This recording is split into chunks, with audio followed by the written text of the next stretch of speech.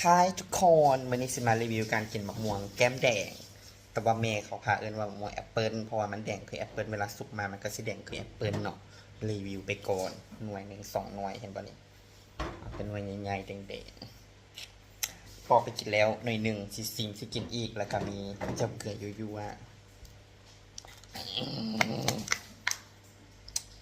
ปอกกินสดๆเลยมาตัวนี้น้าแม่เอาหน่วยมากินกันเอ้าเดี๋ยวเซฟได้มันได้ผมมันคำว่าเลยเขาไม่ได้ว่าที่แม่เราคือซีเมื่อยเรานอนแบบไอ้ตัวธนาสดๆหอนๆฝากไปแต่สวรรค์อาเขตอันนี้นะ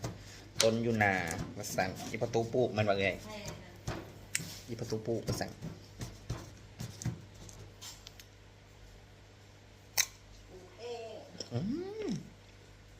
เสียงกบเป็นตัวเซฟนะกบแบบกรอบฟังก็เสียง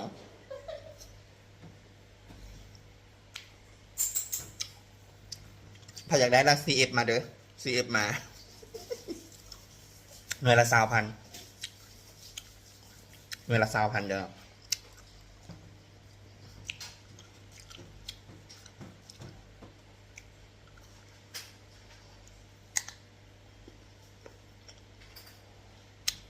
บ๊ายบาย